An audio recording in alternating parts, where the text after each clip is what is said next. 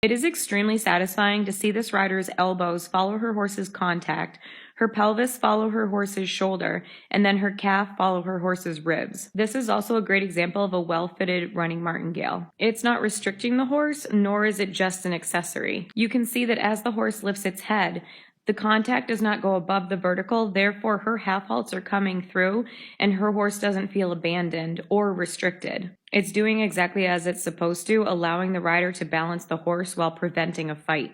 And although this horse doesn't have a huge stride or extreme speed for the jumpers, it's exactly what I like to see, where the horse is consistent because it isn't that adjustable, meaning the stride and the speed that it gives you is what the horse is going to maintain the entire time. This turn required a little more planning.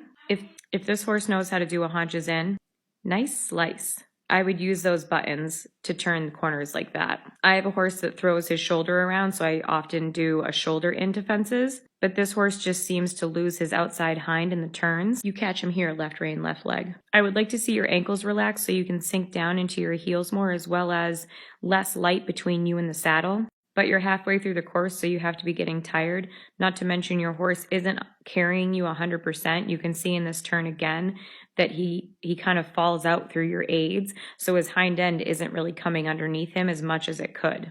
He's getting a little bit strung out as you continue through the course.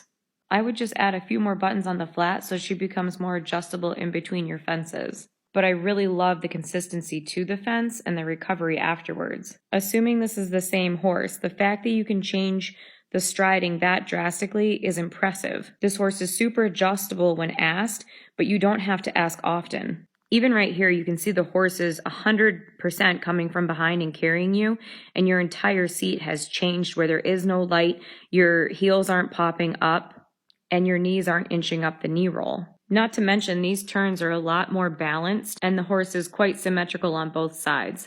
I have great respect for how you handled your horse breaking to the trot here. That one ear goes back and it's clear that she was asking you for reassurance. And then look at your beautifully independent contact in both elbows and a straight line from elbow to hand to bit. I assume you have that wonderful feeling of your horse pulling you to the fence versus you having to pull your horse back to the fence to maintain the contact and balance. I don't see it taking much to get this horse to do auto changes. I believe some shoulder in, haunches in, etc. will get your horse coming underneath you even better than she is now, and having that power from those buttons will only improve her turns.